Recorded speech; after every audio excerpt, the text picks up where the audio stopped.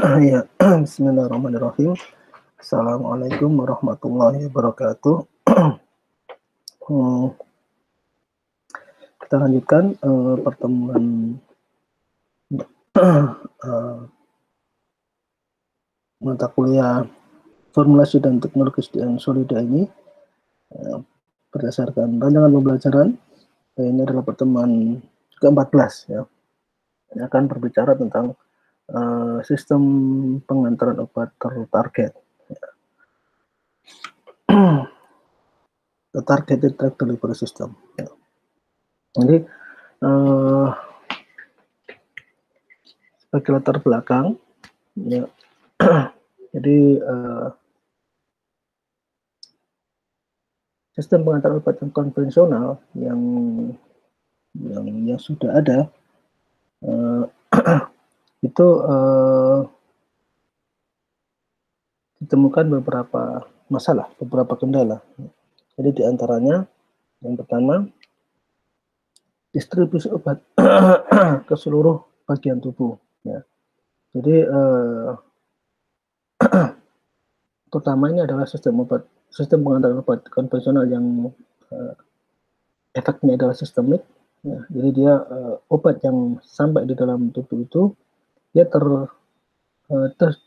terdistribusi ya secara sistemik ya ke seluruh bagian tubuh. Nah ini akan menyebabkan menyebabkan efek bahwa bagian-bagian tubuh yang di situ ya tidak ada kendali, tidak ada masalah, itu bisa mendapatkan efek dari obat itu. Ya. Ya, padahal kan sejatinya sebenarnya kita hanya ingin yang diobati daerah spesifik tertentu. Gitu. Jadi sebagai gambaran, karena misalkan ketika kita minum sakit kepala, misalkan ya sakit kepala. Nah, ketika kita minum obat itu, katakanlah kita minum obat paracetamol untuk sakit kepala kita, karena dia sistemik, ya, sehingga paracetamol juga terdistribusi normal di seluruh bagian tubuh kita, sehingga bagian hati kita, bagian jantung kita, bagian paru kita, itu juga mau nggak mau dia menerima paracetamol tersebut. Gitu. Padahal kan itu tidak kita harapkan. Kita harapannya paracetamol itu hanya dihantarkan, hanya terlokalisir di sakit kepala, ya di syaraf-syaraf yang menyebabkan terjadinya sakit kepala. Gitu. Jadi itu selanjutnya. Jadi dan ini kalau misalkan karena bagian tubuh kita yang lain fine saja, sehat-sehat saja, it's no problem, tidak ada masalah. Tapi akan menjadi masalah ketika ternyata ada bagian tubuh lain kita ya, yang itu dia sedang ada masalah, gitu. Misalkan sedang sakit ya, dan obat itu dapat memberikan kontraindikasi pada daerah organ tubuh yang lain tersebut. Nah, itu dapat menyebabkan memperparah kondisi organ tubuh yang harapannya tidak kita obati di sana, gitu. Itu yang pertama. Terus berikutnya, kurangnya spesifitas ikatan obat terhadap tempat yang memerlukan atau organ target. Jadi kurang spesifik ya, ikatan obat. Jadi misalkan kita mau memberikan obat misalkan pada tujuannya, sasarannya adalah hati, tapi ternyata karena kita diberikan secara sistemik, ya, jadi metabolit atau obat-obatan yang sudah dimetabolisme, itu ternyata begitu nyampe di hati, ya kurang bereaksi secara spesifik dengan reseptor di sana yang dapat mempengaruhi terjadinya baik buruknya organ atau yang sedang sakit tersebut. Ya. Terus yang ketiga, perlunya memberikan obat dalam dosis besar, ya. Meskipun yang diperlukan sepertinya kecil. Ya. Jadi maksudnya di sini adalah untuk depot, ya, dalam artian supaya pelepasan obatnya atau dosisnya dapat dijaga, dapat di maintenance, ya, sehingga di dalam pemberian obatnya tidak perlu diberikan secara berulang kali. Gitu. Yang keempat adalah adanya toksisitas non spesifik, ya, dan adanya toksisitas yang non spesifik dan tidak spesifik, dan efek samping yang lain selama proses terapi. Ya. Di masalah yang lainnya adalah dapat toksisitasnya itu non spesifik, ini yang bahaya sekali, kadang-kadang dapat menyebabkan memburuknya organ-organ tubuh yang lainnya, ya, dan efek samping yang lain selama proses terapi. Ya. Jadi ini di antara latar belakang masalah, di antara hal-hal yang menjadi bahan pemikiran para peneliti di drug delivery system, ya, untuk meng-create, untuk mengeksplor terkait targeted drug delivery system. Ya, jadi sistem pengantar obat yang tertarget. Sehingga berkembanglah sistem pengantar obat tertarget, targeted drug delivery system.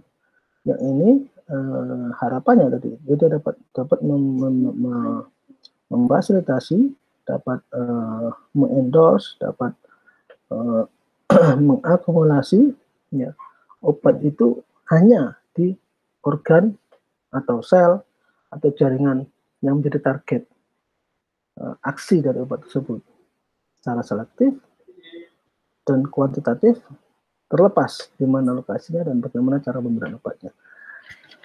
Jadi tujuan dari targeted drug delivery system ini adalah itu. Jadi dia dapat mengantarkan obat pada tempat aksinya yang spesifik, ya, selektif, dan obat itu dapat lepas di sana dalam jumlah yang banyak, kuantitatif, secara jumlah obat di sana banyak, bagus, sehingga harapannya adalah dia dapat meningkatkan efek terapi dan dapat meminimalkan dari efek-efek samping yang disebabkan oleh obat tersebut. Gitu. Nah, keuntungan dari sistem pengantar obat tertarget ini adalah yang pertama, dapat menyederhanakan protokol pemakaian obat. Ya. Kenapa dapat menyederhanakan? Karena dia tujuannya langsung ke targetnya. Ya. Jadi sebisa mungkin obatnya diantarkan target, benar-benar tertarget pada tempat organ, sel, jaringan yang dituju. Ya. Berikutnya, dosis obat dapat diturunkan, sehingga ini dapat menyebabkan terjadinya penekanan biaya terapi. Dalam hal ini kalau sebelum tadi ada dosis besar, padahal yang dibutuhkan ada dosis kecil, ya, dengan misalkan begini, dalam dosis kecil misalkan sehari kita 3 kali minum, yang misalnya yang konvensional, 1 kali minum misalkan 500 mg, sehari 3 kali berarti 1.500 mg. Tapi ketika dibuat dalam dosis yang besar, jadi mungkin dosis besarnya tidak lagi 1.500, tapi mungkin cukup 1.000 mg. Tapi cukup sekali pakai. Nah, ini kan dapat menurunkan biaya terapi. Ya. Keuntungan yang ketiga, konsentrasi obat, ya, jumlah kadar obat di dalam jaringan atau di dalam reseptor atau di dalam organ yang memerlukan dapat ditingkatkan secara signifikan tanpa risiko efek samping di tempat atau jaringan yang lain. Jadi dia mau di-create spesifik di sana, ya, dan dioptimize di sana secara quantity, ya, dan harapannya benar-benar spesifik di sana sehingga berapapun atau dengan dosis yang tinggi di sana, ya, tapi dengan misalkan dengan pelepasan yang dikendalikan, kontrol, tapi spesifik di lokasi jaringan organ tersebut. Harapannya adalah dia benar-benar terabsorpsi di sana. Nah, ini dia akan mempengaruhi tuh di antara keuntungan sistem pengantar obat tertarget. Berikutnya ketika kita berbicara sistem pengantar obat tertarget, ada yang namanya istilahnya magic bullet. Ya. Jadi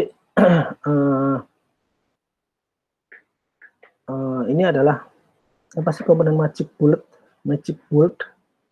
Jadi dia ya, magic ya, sesuatu yang magic ya. Komponen pertama, dia mengenali dan berkaitan dengan organ atau jaringan atau reseptor tertarget. Ya, itu yang komponen pertama. Komponen yang kedua, dia memberikan efek terapi pada organ, jaringan atau reseptor target. Jadi dibuat magic bullet ya seperti peluru, ya, sama peluru begitu. Ya. Jadi dia ada dua, katakan ada dua layer atau dua komponen. Ya. Layer yang pertama sebenarnya selain dia mengenali dan berkaitan ini, layer yang pertama ini harapannya dia juga dapat melindungi layer yang di dalamnya, sehingga ketika dia dihantarkan dikirim di tempat target yang dituju, ya dia dapat memproteksi di sana. Nah, begitu dia nyampe di tempat targetnya, ya, magic bullet ini, peluru ini, layer yang pertama, dia dapat mengenali ya reseptor atau jaringan atau organ di sana.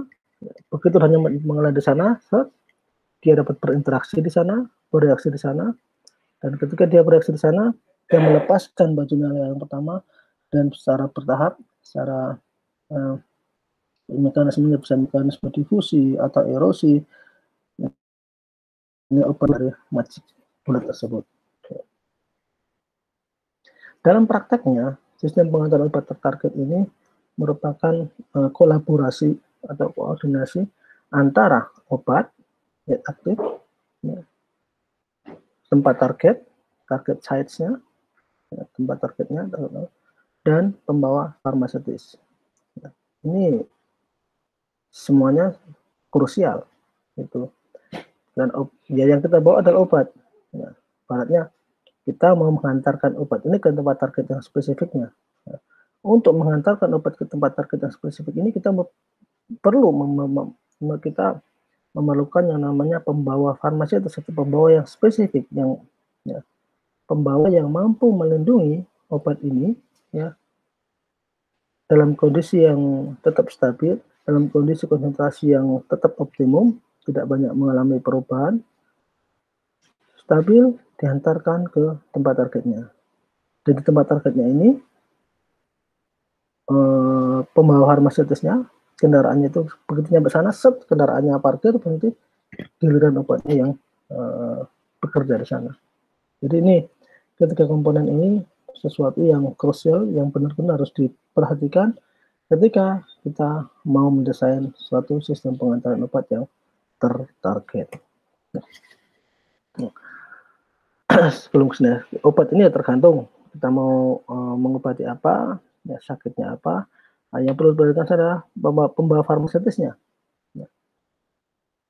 Macam-macam pembawa farmaseutis untuk targeted drug delivery system ini, ya, bisa dalam bentuk polimer ansih, polimer biasa, bisa didesain dalam bentuk microcapsule, ya, dengan di micro encapsulation, bisa juga dibuat dalam bentuk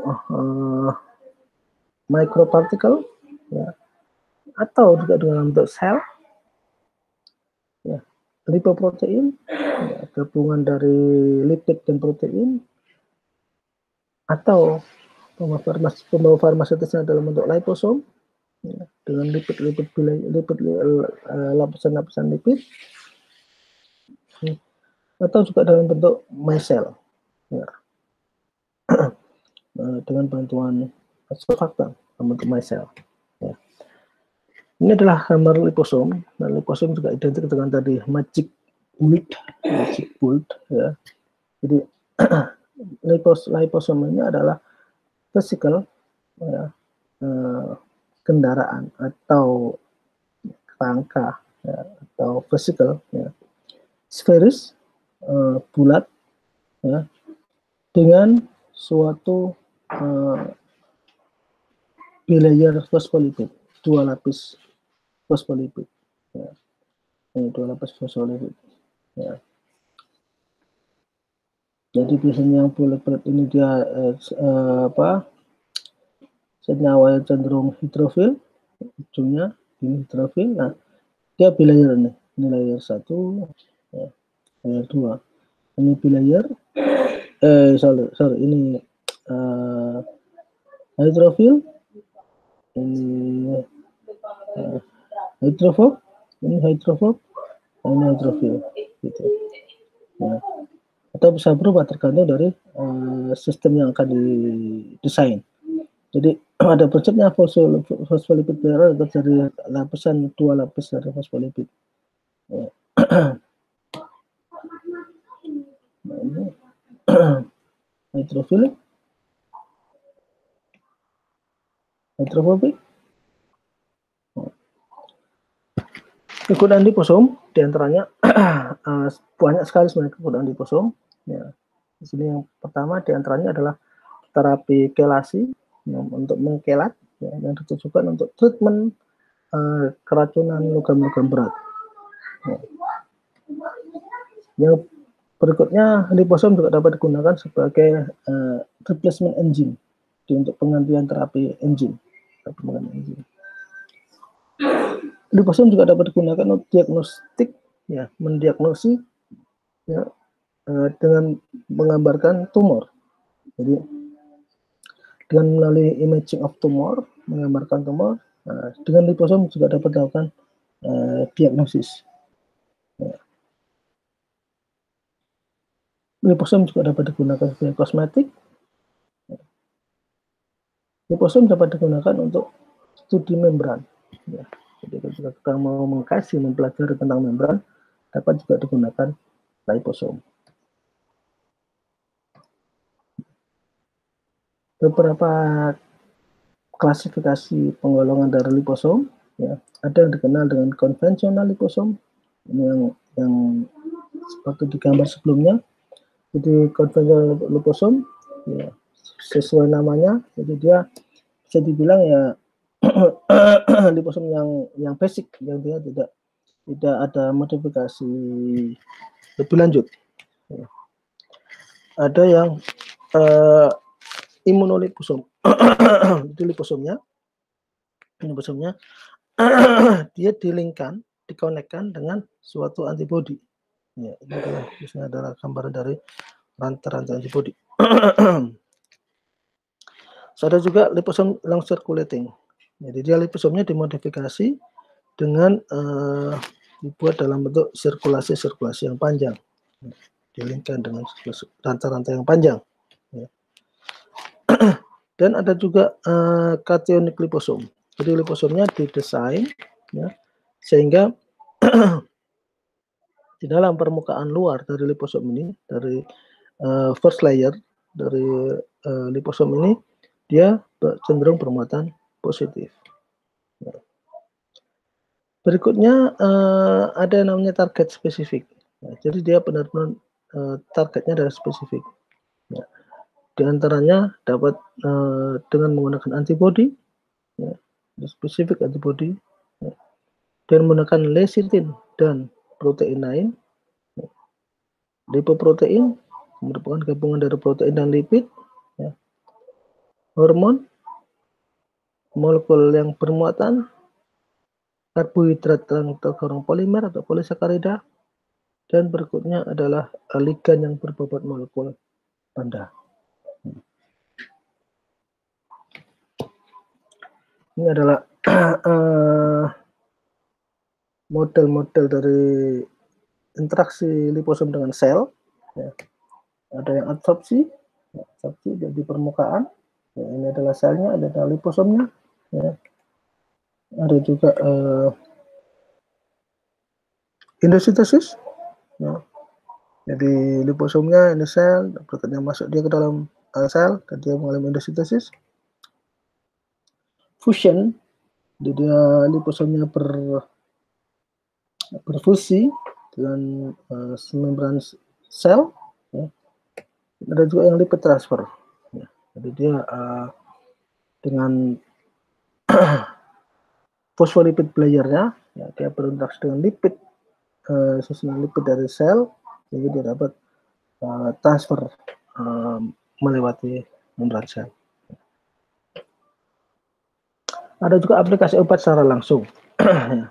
Jadi pemberian obat langsung pada tempat yang aktif, organ atau jaringan. Contoh terapi hormon artritis. Terus berikut yang kedua, terapi pada infak jantung yang diinduksi oleh trombus. Jadi dia langsung di infak jantungnya yang diinduksi oleh trombus. Berikutnya sistem yang dengan target berbasis fisika. Ya. Jadi pembawa atau pembawa farmasetis ini akan berdisintegrasi, akan hancur pada pH rendah atau pada temperatur tinggi. Kondisi fisiologis yang perlu diperhatikan diantaranya pH dari target sasaran, kondisi terionkan, terutama dikaitkan dengan tempat aksi obatnya. Efek makanan juga perlu diperhatikan karena ada beberapa obat yang dia absorpsinya tidak dapat dipengaruhi oleh adanya makanan, efek makanan di sana. Pengosongan lambung ini juga berpengaruh terhadap sistem target, ya, atau kerja dari pembawa farmasetisnya itu. Berikutnya ada status enzimatik, ya, itu juga pengaruh. Proteolisis, ya, penguraian yang dikatakan ada enzim ada protein, usia, dan ada juga perubahan patofisiologis. Ya. Masih sistem target berbasis fisika. Ada yang namanya target obat secara magnetik. Jadi ini kemampuan obat untuk terakumulasi di tempat yang sakit ditentukan oleh kecepatan aliran darah dan intensitas medan magnetik yang digunakan. Berikutnya parameter penentu efikasi dalam targeting. Nah, parameter yang dapat menentukan efikasi dalam targeting. Yang pertama, ukuran targetnya. Yang kedua, aliran darah menuju target. Yang ketiga, jumlah tempat ikatan untuk obat dan pembawa pada target sasaran. Yang keempat, kemampuan berikatan pada tempat target.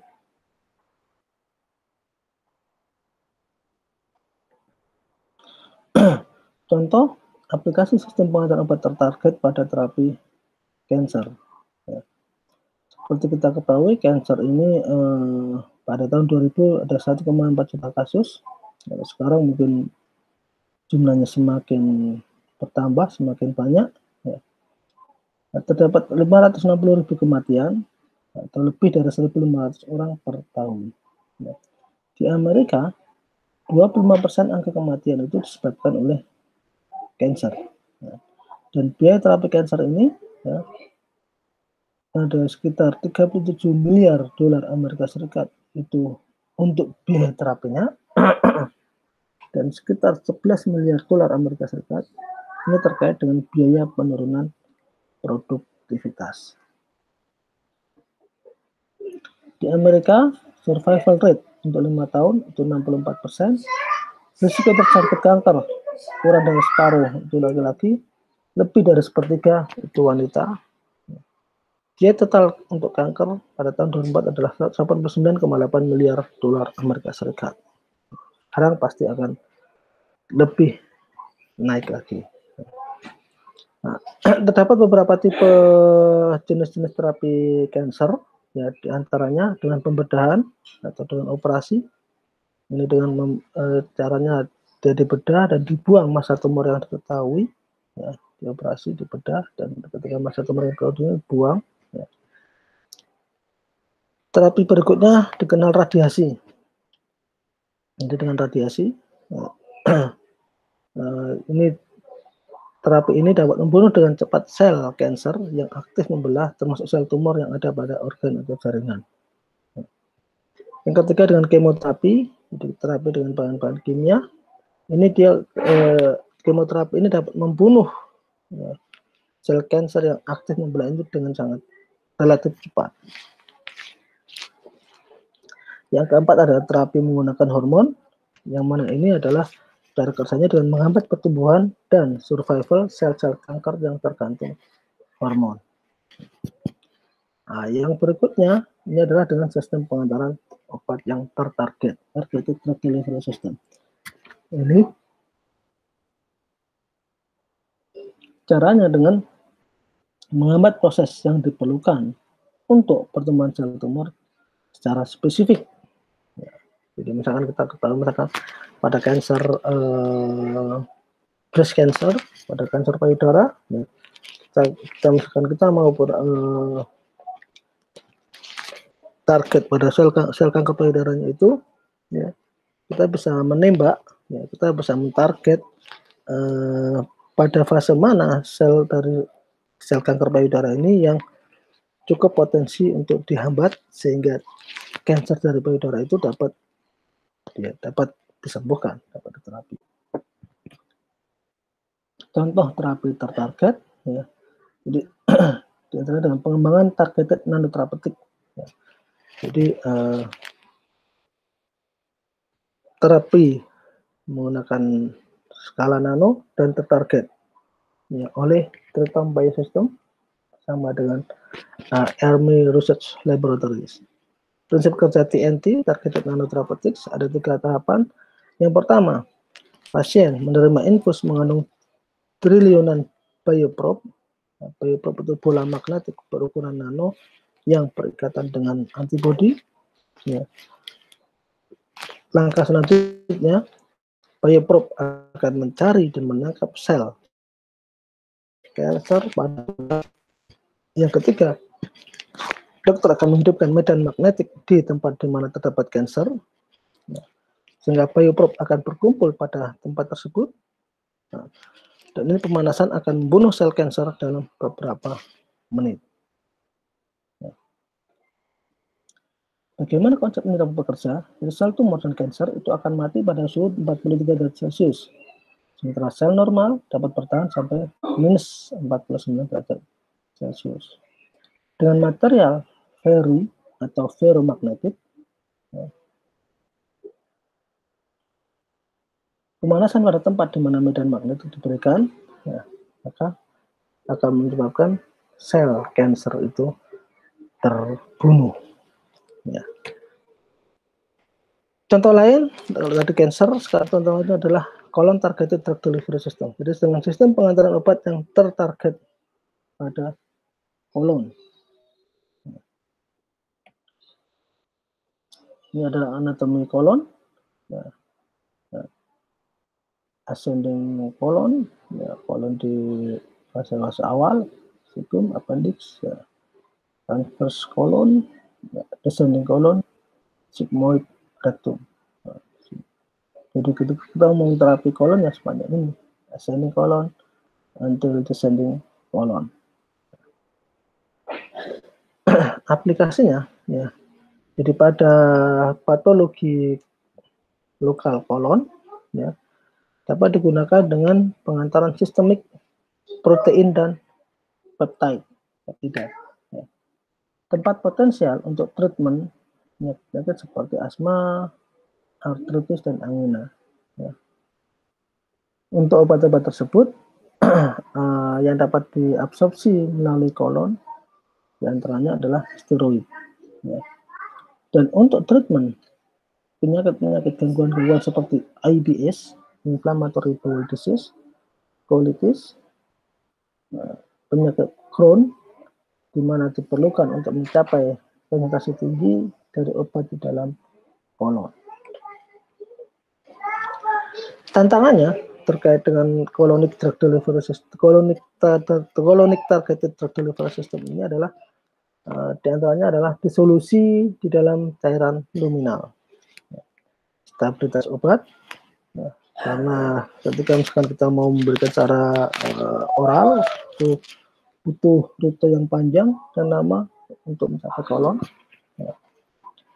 Ikatan obat untuk residu-residu makanan, sekresi usus, mukus atau material-material yang terkait dengan feses. Berikutnya ada degradasi metabolik oleh mikroflora kolon. Dan ada rentang nilai pH yang cukup lebar dari kolon ini. Kolon. Ini adalah keterbatasan dan challenging, tantangan ketika kita mau mendesain sistem pengantaran obat tertarget untuk kolon.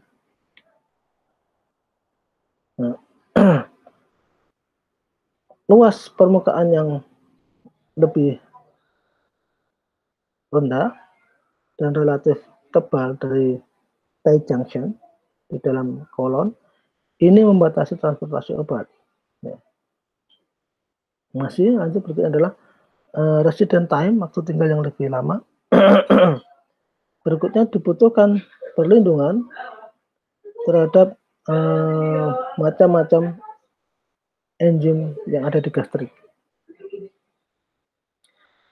Sitokrom P453A ini obat-obat golongan sitokrom P45A ini di metabolisme enzim yang ini akan menyebabkan mempunyai aktivitas yang lebih rendah di dalam kolon.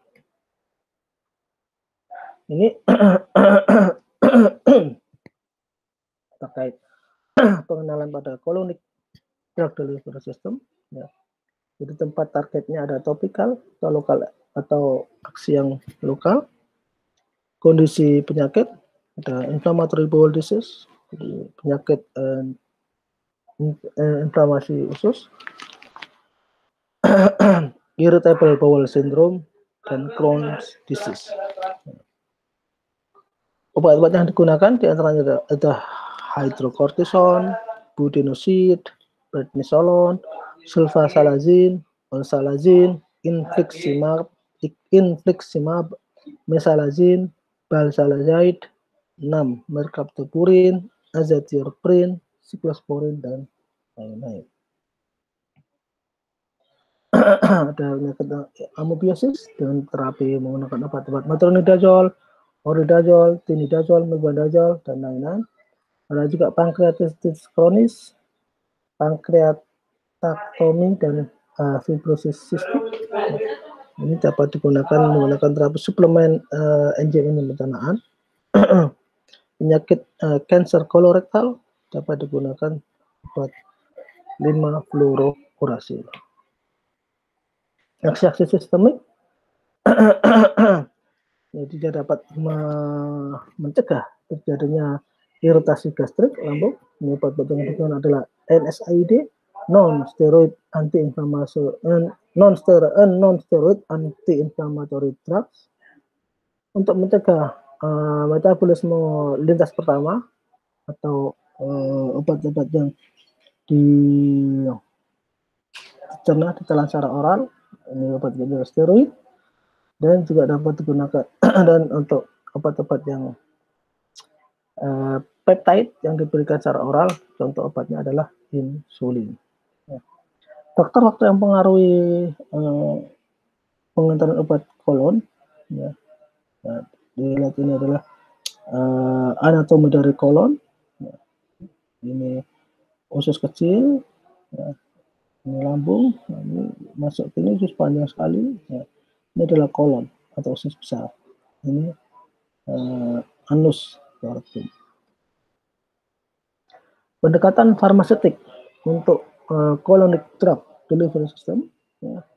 Ini lambung, ini ascending colon, masuk dalam kolon, transverse colon, usus kecil, descending colon, sigmoid colon, rectum, anus. Jadi perlu diperhatikan beberapa begitu nyampe lambung, usus, dia masuk ke sini dan banyak sekali, nah, masuk ke sini dan dia dapat mencapai di kolon itu butuh waktu dan butuh perjalanan yang relatif panjang dan lama.